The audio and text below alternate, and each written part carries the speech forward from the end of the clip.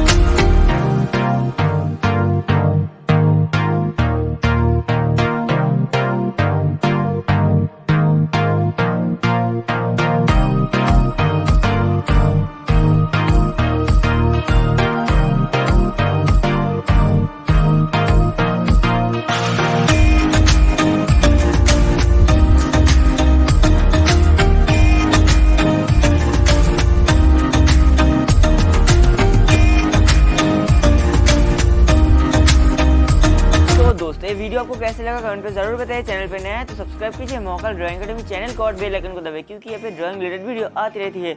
उम्मीद करते हैं वीडियो आपको अच्छा लगा। इसके लिए एक लाइक तो बनते, शेयर कीजिए और कमेंट कीजिए वीडियो आपको कैसे लगा। और एक बात, मेरा इस वीडियो आप फेसबुक में देख रहे हो तो यूट्यूब में आके महाकाल ड्राइंग एकेडमी चैनल को सब्सक्राइब कर दीजिए। और ये वीडियो आप यूट्यूब में देख रहे हो तो फेसबुक में आके महाकाल ड्राइंग एकेडमी चैनल को फॉलो कर दीजिए। बाय बाय, मिलते हैं अगली वीडियो में।